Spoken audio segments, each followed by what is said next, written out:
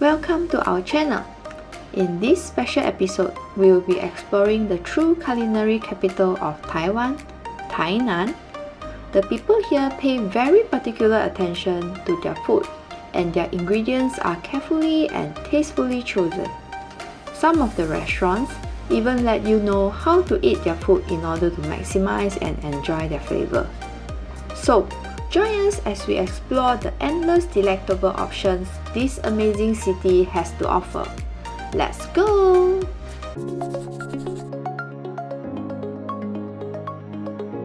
We are now at the Kangle Street beef soup stall. They actually got awarded Michelin Guide last year. There is an instruction in front of our table asking you not to add any condiments or sauces inside the soup. And you will need to taste the soup 3 times. 4th time, you will start to appreciate the soup. My first sip of the soup, I thought that I was drinking a lotus root soup. And the second taste, I got the beef taste. The third taste and the fourth taste are the same. And for the beef, they slice it very thin. It doesn't have the meaty smell of the beef. Next, we also ordered a stir-fried beef bone marrow.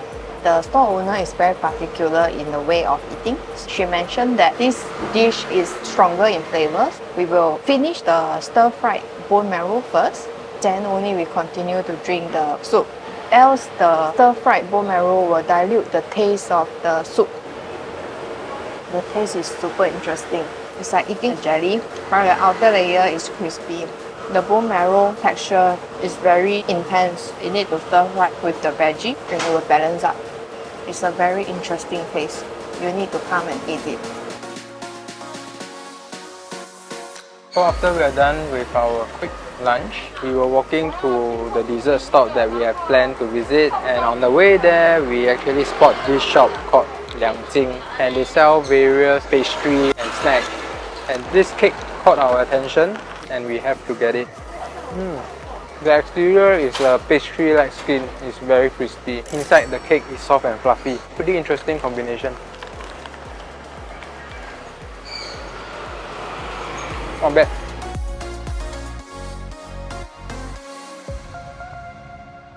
We are now at Bingxiang. They are famous for their tomatoes. We also tasted this in Liuhe Yeshi before in Kaohsiung. It definitely tastes better than the one that I tasted in Kaohsiung. This is a ginger with sour plum and some sweet sauce. When you eat with this sauce, it will actually cover the tomato taste, which I don't prefer because I actually like the tomato taste. Next up, we ordered the watermelon shaved ice. So initially, we wanted to come and eat the mango shaved ice, but I think it's not in season. That's why they didn't offer any mango shaved ice. The size of the ice is just nice. It's not that kind that once you put it into your mouth, it will all melt. It will stay in your mouth for a few seconds and then it will melt completely. I think they put some longan syrup. It has the taste of the longan and a bit sweet. This is the first time I tasted shaved ice with watermelon. Eating watermelon with the shaved ice makes the watermelon even more refreshing. We are now having our lunch at Wenzhang Beef Soup Shop. One of the Tainan specialty is that the beef soup they are using fresh beef called Wenti Niu, means it's an unfrozen beef. We are here to see what's the difference between the Wenzhang beef soup and the Kangle Street beef soup that we tasted yesterday.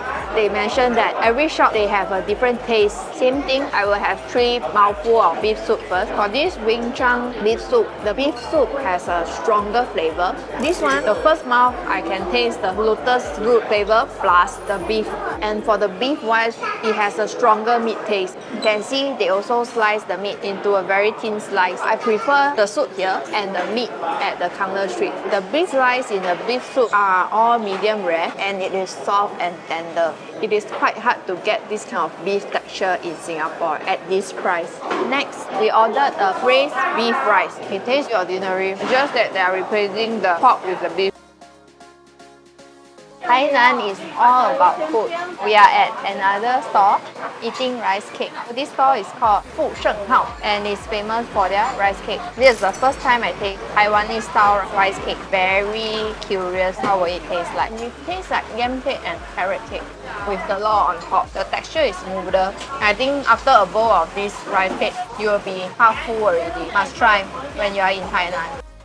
Now we are at Hanlin Tea House. This is also another tea house that said that they are the originator of the Taiwan bubble tea. We have ordered their bubble tea and the specialty here is that they have white and black bubbles. It's time to do a taste test. So the black bubble here has a distinct black sugar taste. You can actually taste it. Whereas the one back at Chun Sui Tang, there's not much of a taste to the bubble, it's just chewy. The white bubble doesn't have a taste to it, but it has a very good chewy texture. I can't really tell the difference in the milk tea. It has a very strong milk flavor. They're both really good. Next up is the Tie Guan Ning milk tea. So the fun fact about this is that they have a perfect ratio for this drink and they advise us not to change the ratio of the sugar and the milk. It has a very unique taste. So upon drinking it, you will taste the fresh milk and then after that the Tie Guan Ning flavor actually comes in. I think this is much better than the milk tea. Too bad we didn't buy any bubbles with it. I prefer this over the milk tea. It's really good. We take away a mung bean slushy called Shuang Shen. It's very famous in Thailand. I heard that a lot of locals like to buy this. A little bit sweet. Overall, it's just a mung bean in a slush form. Maybe it tastes ordinary because we didn't buy the milk version. They had another version, it's the mung bean plus the milk, but it's good for hot weather like this. This morning, we start our day at A Tang Xian Zhou and it sells different kind of seafood porridge and seafood related dishes. So this shop is a place that is recommended to us. Let's see how good it is. We ordered a Simu Yu porridge and inside there are a lot of fish and they do give us some oyster as well. Quite worth it. I will have a little bit of everything. One oyster, one piece of fish and a mouthful of rice. The oyster is very fresh. The fish is those chunky kind of fish and they added a lot of spring onion and the pickles. You have some crunchy texture with the seafood. In this shop, they will give us a free refill of the flavorful soup, not the rice, soup. On top of the porridge that we ordered, we also ordered the fried fish stomach. 煎鱼肚. Wow, I can see the fats in between. This is the first time I try 鱼肚 because usually we will order like fish, not the particular parts of the fish. It's good, super good. The middle part is the highlight of this dish. It's full of fats, which you seldom find it in the fried fish. This is really good. And this is cheaper than the porridge. I think it's full of omega-3. This is a good way to start the day. After the Luomen Temple, we are here for lunch and this shop is called Du Xiao Yue Dan Zai Mian. We ordered the dried version plus an egg. The egg looks good. Just now when I stir the noodle, I can smell a very strong flavor of vinegar. The braised pork tastes pretty unique and it mixes really well with the xiang cai. Let me taste the egg. It looks like a century egg. Don't know whether you have tried the 淡水铁蛋 before. This is similar to that 铁蛋. The egg white is very hard and it has like soya sauce taste. When you are in Taiwan, you will see a lot of Wu Shi Lan bubble tea shop. A little fun fact about this Wu Shi Lan, this shop is marketed as koi in other countries. We didn't add any sugar and this is green tea. I'm like tasting the Chinese tea with ice. Pretty refreshing in a hot weather like this.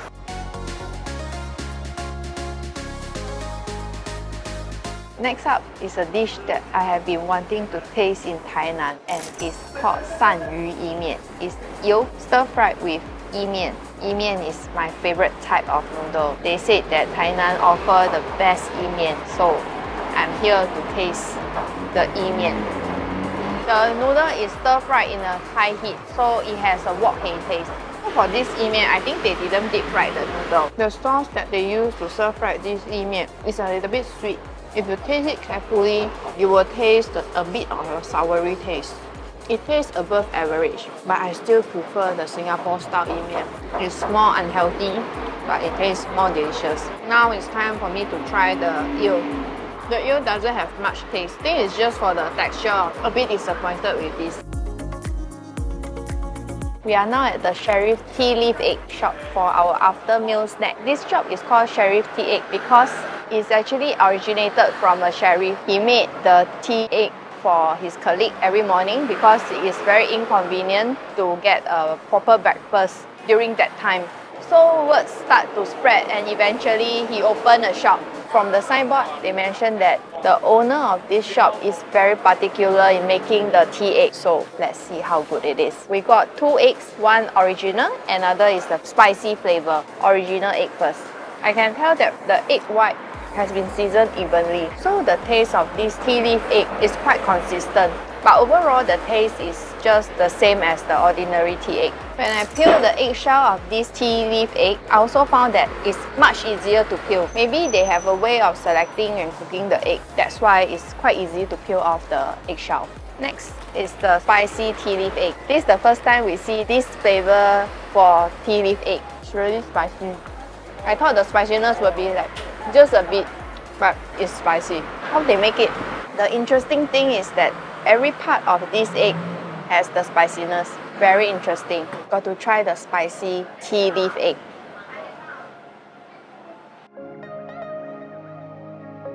Behind me is the latest Instagrammable spot here at Tainan called Xun Feng Hao. So the store sells fruit juice and ice cream and we bought one of their ice cream. Unfortunately, this ice cream doesn't taste as good. It's like those packaged Magnolia kind of ice cream. So if you're here, it's more for the location rather than the ice cream. We are now at Wangjia Zhuangyuan Gui. This gui has a very long history. Now it's the 4th generation. They use the rice flour and then they steam it and they add the flavoring. They have 2 flavors, black sesame and peanut. I think it tastes similar to the tutu gao that we had in Singapore. Let's see whether it's the same. Yep. It is between the tutu gui and the huat gui. It's a bit sticky and chewy. John said it looks like a bai tang gao. Let me taste the sesame one. Other than the top, inside they also put some sesame. Overall, it's a very unique traditional snack. Can try it in Taiwan. We are now having the Juan Wei Jia ice cream again because yesterday the ice cream was way too good and we want to taste the other flavor. We found out that the treatment of the 2 outlets that we visited are totally different. So for this, we will need to take a queue number and wait for around 10 to 20 minutes. However, in the Treehouse Cafe, after we bought the ice cream, we are able to just sit inside the cafe and have the ice cream. And most important thing is, both of the ice cream cost the same. So if you are going to the Treehouse, eat the ice cream. So every day they offer different flavors of the ice cream.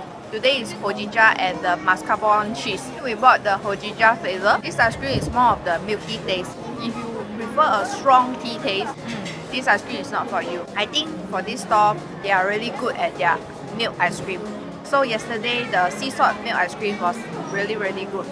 And we are back here at our Tainan accommodation. Thanks for joining our delicious food tour. And we will see you in our next video.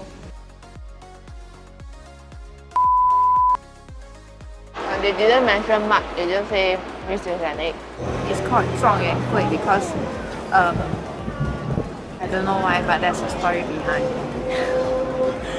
Opposite the tea leaves egg store is Klang Bak Kut Teh.